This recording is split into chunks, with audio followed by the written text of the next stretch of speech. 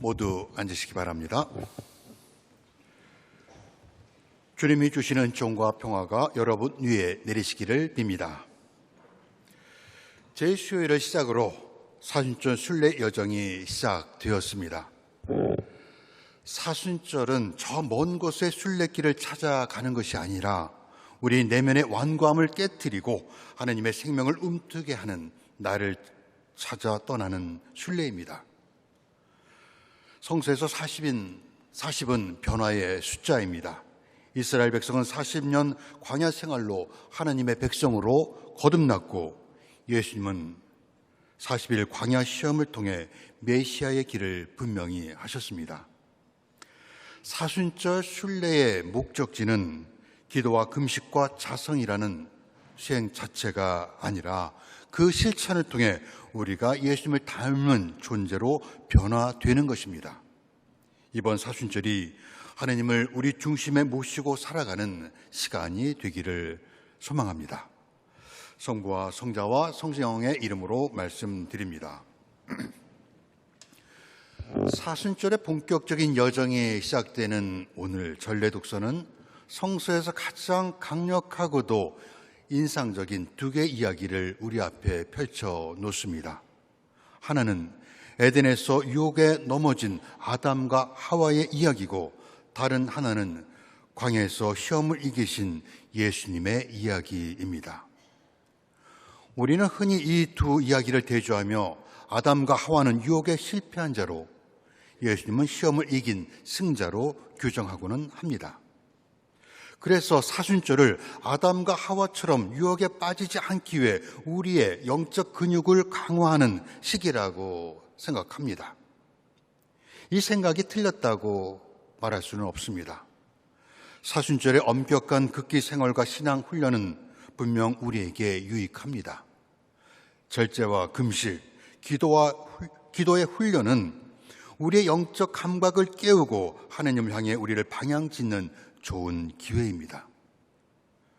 그러나 여기에 함정이 있습니다. 더 강해지기 위한 훈련이 사순절의 핵심이 될 때 신앙은 자칫 자기 의지력과의 싸움으로 변질될 수 있습니다. 예수님처럼 40일 탄식을 해보겠다는 결심은 칭찬받을 만합니다.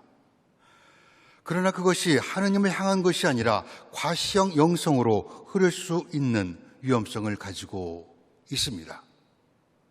사순절은 우리가 더 강해지는 시간이 아니라 오히려 우리의 약함을 인정하고 그 한계 속에서 하느님을 발견하는 시간입니다. 사순절은 예수님이 겪으신 고난을 체험하는 시간이 아니라 그분을 신뢰하고 자기 십자가를 지고 따르는 계절입니다. 먼저 에덴의 이야기를 들어봅니다. 아담과 하와는 낙원에 있었습니다. 필요한 것은 모두 갖추어져 있습니다. 먹을 것이 넘쳐났고 자신들이 벌거벗었다는 사실조차 깨닫지 못했기에 옷도 필요 없습니다. 어떤 동물도 그들을 해치지 않습니다. 단 하나, 선과 악을 알게 하는 나무만은 금하셨습니다. 그때 뱀이 등장합니다. 뱀은 하와에게 묻습니다. 이 동산 안에 있는 나무 열매는 하나도 따먹지 말라고 하셨다는데 그게 정말이냐? 하와가 대답합니다. 아니다. 죽지 않으려거든 이 동산 한가운데 있는 나무 열매만은 따먹지도 말고 만지지도 말라고 하셨다. 하와는 마치 예수 시대의 바리사인들처럼 하느님의 금지 명령을 스스로 확대하고 있습니다. 하나님은 만지지 말라고 하지 않으셨습니다. 뱀은 하나님께서 감추고 계신 것이 있는 것처럼 불신의 씨앗을 뿌립니다. 절대로 죽지 않는다. 그 나무 열매를 따먹기만 하면 너희의 눈이 밝아져서 하느님처럼 선과 악을 알게 될 것이다. 그들은 아무 부족함이 없었습니다. 그러나 뱀이 속삭이는 유혹에 자신들에게 허락되지 않은 것이 있다는 사실을 받아들이는 것은 너무나 어려웠습니다. 결국 하와는 하느님을 신뢰하기보다 자신의 눈앞에 있는 열매를 붙잡았습니다. 뱀의 말대로 실제로 그들은 죽지 않았고 선과 악을 알게 되었습니다. 그러나 뱀은 가장 중요한 것을 숨겼습니다. 하느님과의 신뢰 관계를 깨뜨리는 대가가 무엇인지 말해주지 않은 것입니다.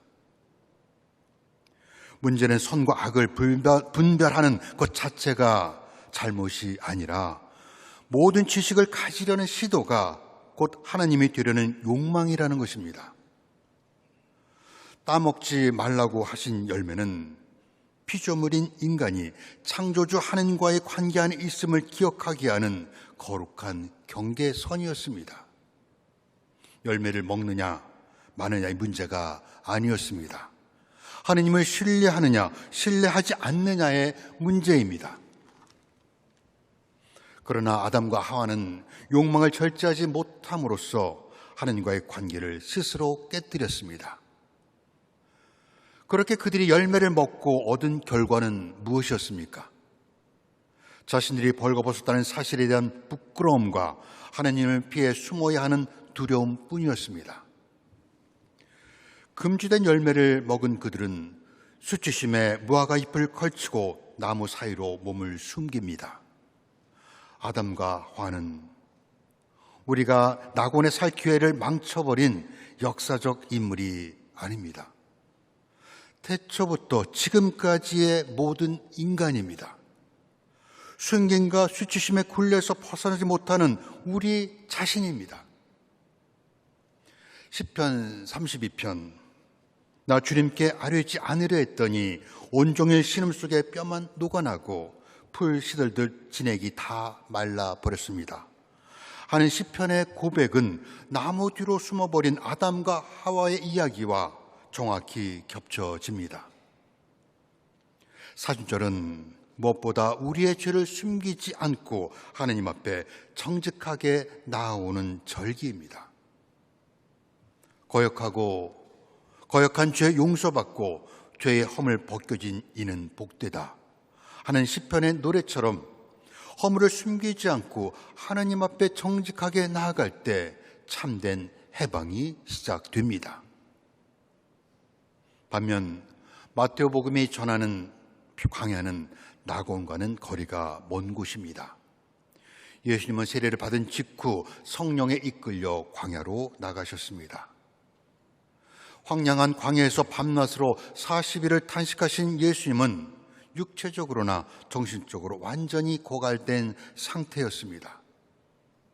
악마는 바로 그 순간 인간이 저항할 자원을 완전히 소진해버린 가장 취약한 틈을 비집고 들어옵니다. 첫 번째 유혹은 당신이 하느님의 아들이라면 이 돌도로 빵이 되라고 해보라는 것입니다. 유혹의 핵심은 내가 하느님의 아들이라면 하는 것입니다. 이것은 능력의 문제가 아니라 정체성의 문제입니다. 돌을 빵으로 바꾸는 것이 무엇이 잘못입니까? 나중에 예수님은 물고기 몇 마리와 빵 5덩이로 5,000명을 먹이실 것입니다. 문제는 행위 자체가 아니라 방향입니다. 하느님의 말씀이 아닌 다른 말을 따르라는 것이 유혹의 본질입니다. 굶주림이라는 가장 인간적인 약점을 건드리면서 하나님의 아들을 자기 필요를 채우는 자리로 끌어내리려는 유혹이었습니다. 예수님은 돌을 빵으로 바꾸실 능력이 있으셨지만 거절합니다. 그분은 성서를 인용하여 사람이 빵으로만 사는 것이 아니라 하나님의 입에서 나오는 모든 말씀으로 산다고 응대하셨습니다. 빵으로만 살지 않는다는 것은 육체의 필요가 하나님의 말씀을 압도하도록 허용하지 않는다는 뜻입니다. 두 번째 유혹은 성전 꼭대기에서 뛰어내리라는 것입니다. 악마는 예수님을 성전 꼭대기에 세우고 시편 말씀을 인용하여 예수를 도발합니다. 당신이 하나님의 아들이라면 뛰어내려 보시오. 하나님이 천사들을 시켜 당신을 보았을 것이오라고 유혹합니다. 예수님은 주 너희 하나님을 떠보지 말라고 응답합니다. 신뢰는 증명을 요구하지 않습니다. 믿음은 이렇게 해주시면 믿겠습니다 하는 거래가 아닙니다. 결과를 담보로 하나님을 붙드는 것이 아니라 결과가 불확실해도 하나님께 자신을 맡기는 것, 그것이 믿음이요 신뢰입니다. 마지막으로 악마는 세상의 모든 나라와 영광을 보여주며 자신에게 절할 것을 요구합니다. 하나님의 때를 기다리기보다 기회가 왔을 때 권력을 성취하라는, 즉 아담과 하와처럼 스스로 신이 되라는 유혹이었습니다. 그러나 예수님은 단호하게 선언합니다. 사탄아 물러가라. 성소의 주님이신 너희 하나님을 경배하고 그분만을 섬기라고 기록되어 있다. 예수님은 탐욕과 사치, 타인을 지배하려는 우상이 치명적인 결과를 알고 계셨기에 세상의 방식인 권력의 유혹을 거절하고 오직 하나님께만 순종하는 길을 선택하셨습니다. 광야에서 예수님이 시험을 이기실 수 있었던 것은 그분이 초월적 존재여서가 아닙니다. 오히려 예수님은 자신의 능력이 아니라 오직 아버지로만 채워줄 수 있는 비움에 의지하셨습니다. 바울로가 그리스도 예수는 하나님과 동등한 존재가 되려 하지 않고 오히려 당신의 것을 내어 놓으셨습니다라고 말한 것처럼 예수님은 스스로를 텅 빈 그릇으로 만드셨고 그 안을 하나님의 은총으로 가득 채우셨습니다. 우리의 신앙 목표는 아담과 하와처럼 인간 한계를 벗어나라는 것이 아니라 오직 하느님으로만 채워줄 수 있는 빈 그릇이 되는 것입니다. 이것이 바로 비움, 곧 케노시스의 신비입니다. 예수님이 광야에서 겪으신 이 시험은 한 번으로 그치지 않았습니다. 광야의 선택은 이후 사역에서도 반복됩니다. 예수님은 십자가 위에서 하느님의 아들이라면 내려와 보라는 조롱을 들으실 때도 끝까지 하느님을 시험하지 않고 자신을 내어 맡기셨습니다.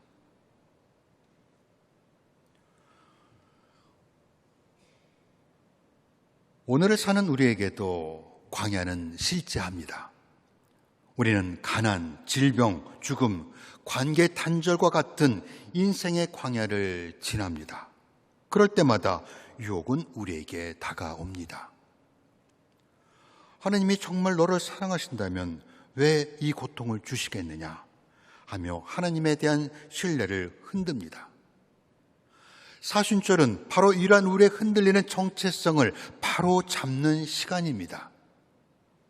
우리가 아담과 하와처럼 하나님의 자리를 차지하려는 욕망의 길을 걷고 있는지 아니면 예수 그리스도처럼 자신의 능력에 의존하기보다 오직 하나님으로만 채워줄 수 있는 비움에 의지하고 있는지 정직하게 대면해야 합니다. 이것이 사순절의 목적입니다. 바울로 사도는 오늘 로마서 말씀에서 놀라운 희망을 선포합니다.